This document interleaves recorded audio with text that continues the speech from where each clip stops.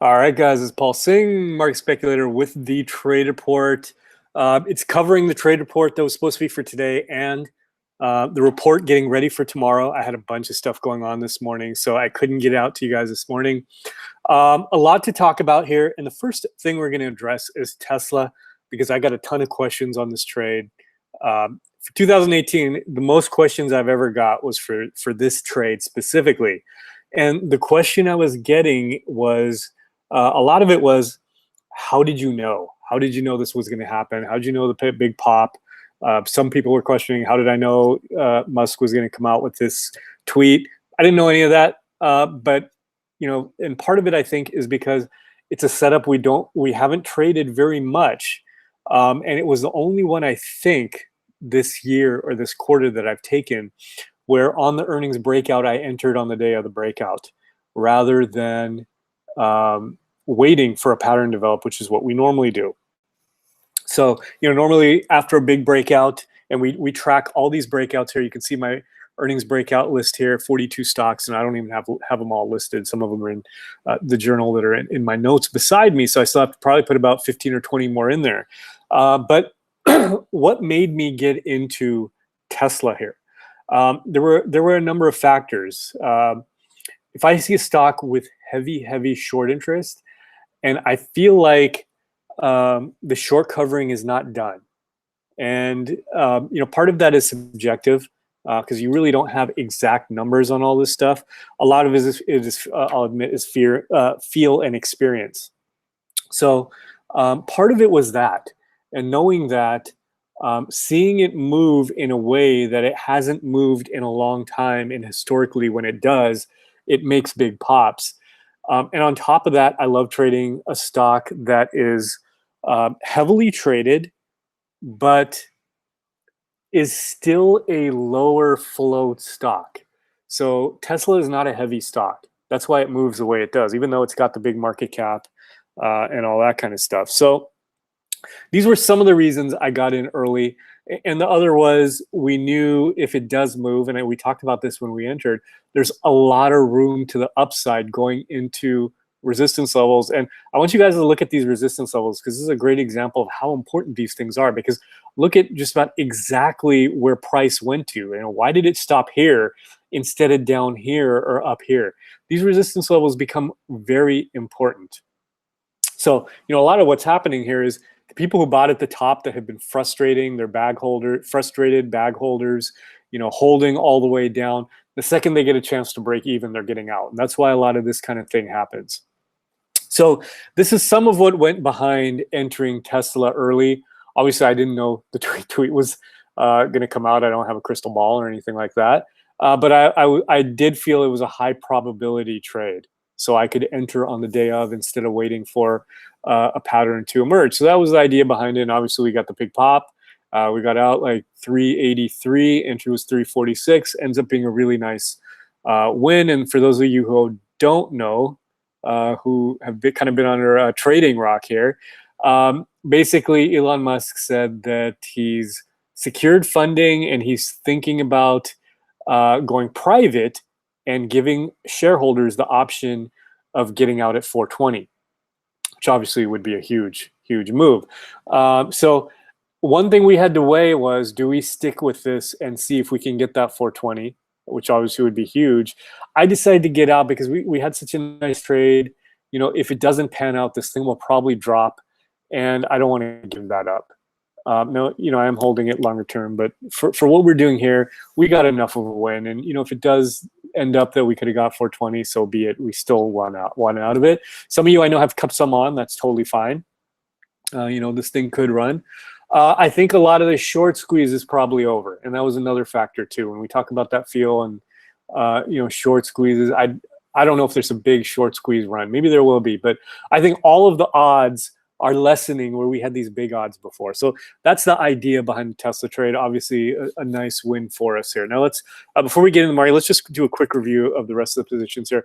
Facebook still doing what we wanted to do. It's kind of this is a do or die for the next move. So we entered at 336. Now we could take profits at 350 and make 1,300, but I'm either going to go break even or get a big win out of this. And if I end up giving up the 1300, that's fine. But what we want to see now is we want to see if this thing breaks the 9 and crushes through here. So that's what we're doing with Netflix. Facebook, which we just entered at 183, I think it was all the way up around 187 today, but it's doing what we want it to do. Basically, we want it to hold the 9 and then make that next run up. And I think we're going to do that. Lulu, this is classic earnings continuation play, pullback continuation play.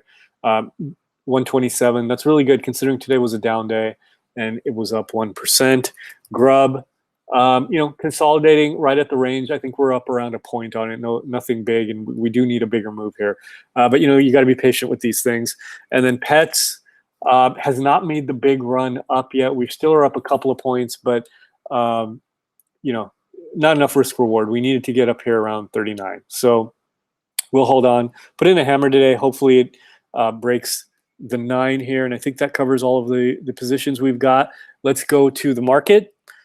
SPY consolidating here and let's pull this out so we can see it clearly, right underneath these highs here. Now the question is, can it break through right away, or is it going to need a few tests to do that? The market is a little heavy right now. We're still not getting that volume pushing through, and we're in terms of stocks that are doing well and not, it's not like other periods in here, and especially in here where we had just these big broad-based rallies. We're not really seeing that. So nothing where, even though I do have a lot of positions, nothing where I'm going to make any big bets, because these positions are, even if I lost on all of them, they wouldn't be a big aggregate loss. Qs testing highs was essentially break even today, and IWM down. I think a lot of this related to energy. So financials still doing well, up 0.25% today, and we'll look at the ETF in a second. Brazil has not really pushed out and made that big run here, so we're going to wait and see. We've been a little cautious, even though we liked what we're seeing here, but we're going to wait on Brazil. And retail coming back and doing very well, testing the highs. So we're really paying attention to retail. Focus list, let's start with the ETFs. Oh, and I didn't show you the semiconductor ETF doing really well. So the triple leveraged has broke out of this range. It's kind of a tough entry here. So when it was starting to look good, I had the decision to make, take these stocks that I like or take SOXL. I went with the stocks. So right now it's a little tough to enter here, unless you're going to use this tight stop at the gap fill, maybe 6 points, and then see if you get the run of about 12 to 15 points. But I would probably, because the problem with using that tight stop is look at the intraday ranges on this. So there's a good chance you can get stopped out of what still is a good position. So we would need it to, I would feel comfortable using a stop of about 12 points, which means I need to get to about 194 to get the proper risk reward. And, I don't know if I want to do that right now. So it's there. If you're willing to hold something a little longer, you could go with SOXL for you. Retail, the RETL, the leveraged ETF, looking really good. But this is one where if you enter here, you have to basically play through a break of the highs. And I don't know if I want to do that as well. And there's a lot of good retail stocks we can use. We're already in a couple right now. FAS, I think this is decent here. You can enter here if you want. I'm not going to because I have so many positions right now, but you could use about a 2-point stop, and there's room for maybe 7 points there. And then LABU is interesting in that big move down, consolidating here. LABU is one of these things. It makes big runs to the upside, big runs to the downside. If you start to see indications of a big run, then it could really fly here. So we'll keep an eye on LABU. Stocks, cores, here's a retail breaking on earnings to highs. Let's see now if it convincingly breaks. It's right at the all-time high. So cores, we're looking for a high break. Cyber, another one, we're looking for a high break. These are all our focus list stocks that have had earnings and broke out. We want to see a close above 70 for cyber. Amazon was an earnings play, did not, even though great earnings, did not react well, but now is. And I think we've got an entry right here. Again, I'm not going to take it because I'm already in 2 FANG stocks. But if you're looking for something, I really like Amazon and Google as well. Shop, looking interesting here. So big bearish engulfing candle. I think if it gets above the 9, I would consider that a trigger. Win, gap down, potentially reversing on the break of the 9. So I would look for a move above 156.